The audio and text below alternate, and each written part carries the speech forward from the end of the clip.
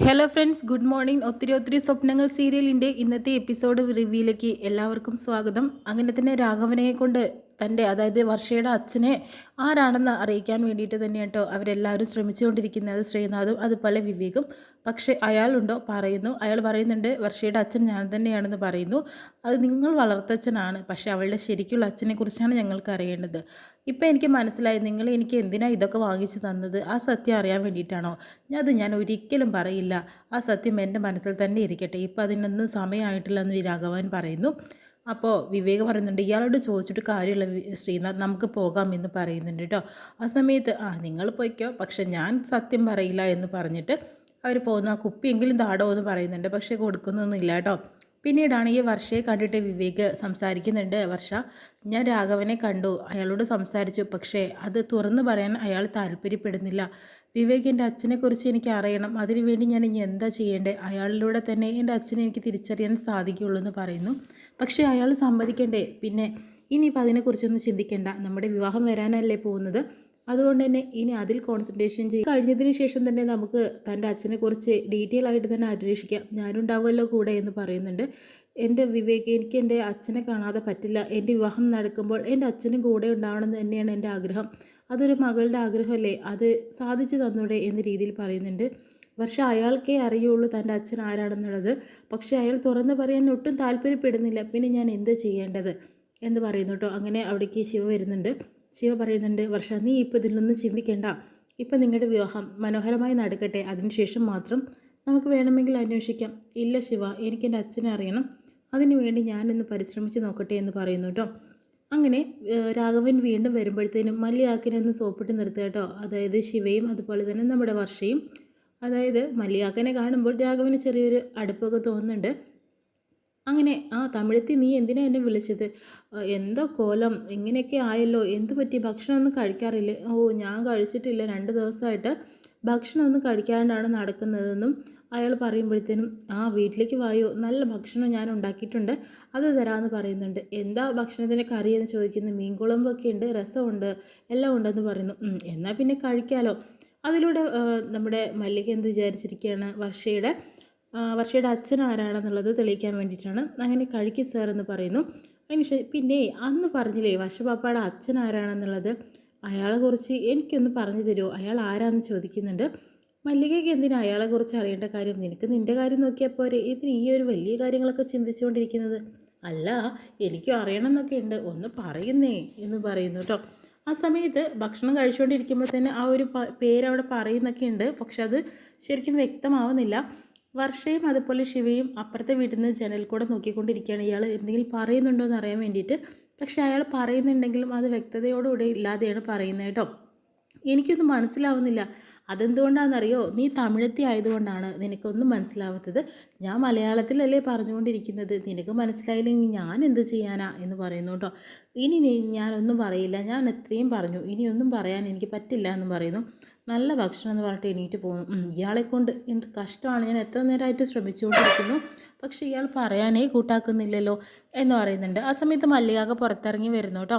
അപ്പോൾ ശിവയും നമ്മുടെ വർഷയും വരുന്നുണ്ട്. അക്ക എന്തായി കാര്യം ചോദിക്കുമ്പോഴത്തേന് എന്ത് പറയാനാ, അയാളത് ഭയങ്കര വളവനാണ്, അയാളത് പറയാൻ താല്പര്യപ്പെടുന്നില്ലല്ലോ എന്ന് പറയുന്നു കേട്ടോ.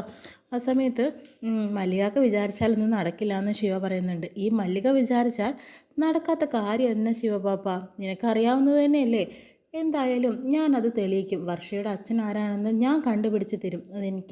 ഞാൻ എന്തായാലും തീരുമാനിച്ചു കഴിഞ്ഞു എന്ന രീതിയിലൊക്കെ മല്ലികാക്ക പറഞ്ഞു കേട്ടോ. പിന്നീടാണെങ്കിലോ വർഷയും അതുപോലെ അഭിയും ശിവയും കൂടി സംസാരിച്ചുകൊണ്ടിരിക്കുന്നുണ്ട്. ശിവ ചോദിക്കുന്നുണ്ട്, എന്താ വർഷ നീ ഇങ്ങനെ ആലോചിച്ചുകൊണ്ടിരിക്കുന്നത്? എപ്പോൾ നോക്കിയാലും നിനക്ക് ഈ ആലോചന മാത്രമേ ഉള്ളൂ എന്ന് ചോദിക്കുന്നുണ്ട് കേട്ടോ. ഞാൻ എൻ്റെ മനസ്സിലിപ്പോൾ എൻ്റെ അച്ഛനെക്കുറിച്ചുള്ള ചിന്ത മാത്രമേ ഉള്ളൂ. എൻ്റെ വിവാഹത്തിന് എൻ്റെ അച്ഛൻ വേണം മുൻകൈ എടുത്ത് നടത്തി തരാനായിട്ട്.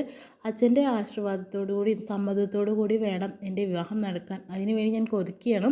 എൻ്റെ അച്ഛനെ എനിക്ക് കണ്ടുപിടിച്ചേ പറ്റൂ. പക്ഷേ ആ രാഘവൻ തുറന്നു പറയുന്നില്ലല്ലോ. രാഘവൻ തുറന്ന് പറയില്ലായിരിക്കാം, പക്ഷേ അച്ഛൻ്റെ എന്തെങ്കിലും ഡീറ്റെയിൽസോ അല്ലെങ്കിൽ അമ്മ പറഞ്ഞ അറിവോ നിനക്കുണ്ടോ എന്ന് ചോദിക്കുന്നുണ്ട്. അമ്മ അത് പറഞ്ഞു തുടങ്ങുന്ന സമയത്താണ് ഉരുൾപൊട്ടലിൽ ഞങ്ങളിതെല്ലാം അവസാനിച്ചു പോയത്.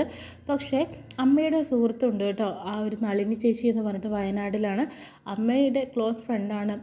ആ ചേച്ചിക്ക് അമ്മയുടെ എല്ലാ രഹസ്യങ്ങളും അറിയാമെന്നും പറയുന്നുണ്ട്.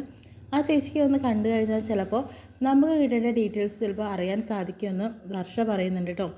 അതിന് വയനാട് വരെ പോകണ്ടേ, വയനാട് വരെ പോകണം, ഞാൻ അതിനെക്കുറിച്ചും ചിന്തിച്ചാലോ എന്ന് വിചാരിക്കുന്നുണ്ട്. ശിവ പറയുന്നുണ്ട്, എന്നാൽ പിന്നെ നമുക്ക് എല്ലാവർക്കും കൂടി വയനാട്ടിലേക്ക് അങ്ങോട്ട് പോയാലോ? നിങ്ങൾ സീരിയസ് ആയിട്ട് തന്നെയാണോ പറയുന്നത്? സീരിയസ് ആയിട്ട് തന്നെയാണോ? നമുക്ക് നാളെ തന്നെ പോവാം. എന്നിട്ട് വർഷയുടെ അച്ഛനെക്കുറിച്ച് ആ ചേച്ചിയോട് അറിയേണ്ട കാര്യങ്ങൾ അറിഞ്ഞിട്ട് വരാം. അതിനുശേഷം തന്നെ നമുക്ക് അന്വേഷിക്കാമെന്നേ എന്ന് പറയുന്നു. നമുക്ക് മൂന്നാൾക്കും പോയാൽ മതി എന്ന് വർഷ പറയുന്നുണ്ട്. അപ്പോൾ അഞ്ജുവിന് എന്ത് ചെയ്യും? അഞ്ച് വരണ്ട. കാരണം എന്ന് വെച്ചിട്ടുണ്ടെങ്കിൽ രാഹുലേട്ടൻ ഇപ്പോൾ അവളെ കോൺടാക്ട് ചെയ്യാനൊന്നും സാധിക്കുന്നില്ല. ചിലപ്പോൾ അവളെ കാണാനായിട്ട് രാഹുലേട്ടൻ വന്നിട്ടുണ്ടെങ്കിൽ ആ സമയത്ത് അവൾ ഇവിടെ ഇല്ലെങ്കിൽ ആകെ പ്രശ്നമാവും. അതിനേക്കാളും നല്ലത് അവൾ ഇവിടെ ഇരിക്കട്ടെ, നമുക്ക് അവളെ കാര്യങ്ങൾ പറഞ്ഞ് മനസ്സിലാക്കാം, അവളത് അനുസരിച്ചോളെന്ന് പറയുന്നു. അപ്പോൾ വിവേകിനോട് പറയണ്ടേ? വിവേകിനോട് പറഞ്ഞിട്ടുണ്ടെങ്കിൽ പോകാൻ വിടില്ല. അതുകൊണ്ട് തന്നെ വിവേകിനോട് പറയണ്ട. നമ്മളവിടെ തിരിച്ച് വന്നതിന് ശേഷം വേണമെങ്കിൽ വിവേകിനോട് പറയാം. വിവേകിനോട് പറയാതെ നമുക്ക് പോകാമെന്ന് പറയുന്നു. എന്നാൽ പിന്നെ ഓക്കെ, നമ്മൾ വിചാരിച്ച കാര്യം നടക്കുക. നമ്മുടെ വർഷയുടെ അച്ഛനെ തിരഞ്ഞിട്ട് തന്നെയാണ് നമ്മുടെ പോക്ക്. ഇനി എന്തായാലും നമുക്ക് വയനാട്ടിലേക്ക് രാവിലെ തന്നെ പോകാമെന്ന് പറഞ്ഞിട്ട് മൂന്നാളും കൂടി വയനാട്ടിലേക്ക് പോകാനായിട്ട് റെഡി ആയിട്ട് ഇറങ്ങുന്നു കേട്ടോ. അങ്ങനെ വർഷയുടെ നാടെത്തുകയാണ്. അങ്ങനെ നല്ല ഭംഗിയുള്ള സ്ഥലങ്ങളൊക്കെ കാണുന്നുണ്ട് കേട്ടോ. വളരെ മനോഹരമായിട്ടുള്ള പച്ചപ്പ് നിറഞ്ഞ കാടുകളും അതുപോലെ വയലുകളും എല്ലാം കാണുമ്പോഴത്തേനും അബിക്കും ശിവയ്ക്കും ഒത്തിരി സന്തോഷമാവുന്നുണ്ട്. അബി പറയുന്നുണ്ട്, എനിക്കിങ്ങനെ നാട്ടുമ്പുറമാണ് ഒത്തിരി ഇഷ്ടമെന്ന് പറയുന്നു. ശിവയാണെങ്കിലും എനിക്കിത് പറ്റിയില്ല, സിറ്റിയിലെ ഒച്ചയും ബഹളവും ഇല്ലെങ്കിൽ എനിക്കൊരു സ്വസ്ഥതയില്ല എന്ന് പറയുന്നു. വർഷയാണെങ്കിലും എനിക്ക് ഒത്തിരി ഇഷ്ടമാണ് എൻ്റെ നാട്, പക്ഷേ എനിക്കിവിടെ ജീവിക്കാൻ സാധിച്ചില്ലല്ലോ, എനിക്ക് വേറെ വല്ല സ്ഥലത്തല്ലേ താമസിക്കാൻ സാധിച്ചത്, പിന്നെ ഈ ഒരു നാട് എനിക്ക് ദുരന്തങ്ങൾ മാത്രമേ തന്നിട്ടുള്ളൂ, അതുകൊണ്ട് തന്നെ എനിക്കിവിടെ ഇരിക്കാനും ഒട്ടും താല്പര്യമില്ല എന്ന് വർഷയും പറയുന്നു. അഭിയാണെങ്കിൽ ശ്രീനാഥിൻ്റെ വീട് ഇവിടെ അടുത്താണ് വർഷയെന്ന് ചോദിക്കുന്നുണ്ട്. ശ്രീയേട്ടൻ്റെ വീട് ഇവിടെ അടുത്തല്ല, കുറച്ച് അങ്ങോട്ട് പോകണമെന്ന് പറയുന്നു കേട്ടോ. എന്നാൽ പിന്നെ നമുക്ക് നടക്കുകയാണ് കേട്ടോ. ആ സമയത്ത് വിവേക് വിളിക്കുന്നുണ്ട് കേട്ടോ. വിവേകിനോട് പറയുന്നുണ്ട്, അഞ്ജുവിൻ്റെ വീട്ടിൽ, അതായത് കട്ടപ്പനയിലേക്ക് പോവുകയാണ് ഞങ്ങളെന്ന് പറയുന്നു. ആ സമയത്ത് തന്നെ അവിടെ ഒരു ഓട്ടോയിൽ അനൗൺസ്മെൻറ്റ് ചെയ്തിട്ട് വരുന്നുണ്ട് വയനാട് എന്തൊരു പ്രോഗ്രാമിൻ്റെ കാര്യങ്ങൾ. വയനാടെന്ന് എടുത്ത് പറയുമ്പോഴത്തേനും വിവേക് ചിലപ്പോൾ കേട്ടിട്ടുണ്ടാവും. അയ്യോ പ്രശ്നമായല്ലോ, വിവേക് ഞാൻ പിന്നെ വിളിക്കാമെന്ന് പറഞ്ഞ് കട്ടാക്കുന്നു കേട്ടോ. വിവേക് കേട്ടിട്ടുണ്ടാവും എന്തോ എന്ന് പറഞ്ഞിട്ട് മിണ്ടാണ്ടിരിക്കുന്നു കേട്ടോ. ഒരു പക്ഷേ വിവേക് കേട്ടിട്ടുണ്ടാവുമായിരിക്കാം വയനാടെന്ന് പറഞ്ഞത്. അതിനുശേഷം വീണ്ടും നടന്നുകൊണ്ടിരിക്കുന്നു. അപ്പോൾ ഒരു ചായക്കടയിൽ കയറിയതിന് ശേഷം ഒരു ചായയൊക്കെ 3 പേരും കൂടി കുടിക്കുന്നു കേട്ടോ. ആ സമയത്ത് ഇവിടുന്ന് അങ്ങനെ ദൂരങ്ങളൊക്കെ ചോദിക്കുന്നുണ്ട് ചേട്ടനോട്, നിങ്ങൾ ഇവിടെ പുതുതാണോ എന്ന് ചോദിക്കുന്നു. അതേന്നൊക്കെ പറയുന്നുണ്ട്. അതിനുശേഷം തന്നെ ആ ചന്ദ്രദാസിൻ്റെ ഒരു വാൽ അവിടെ തന്നെ ഉണ്ട് കേട്ടോ.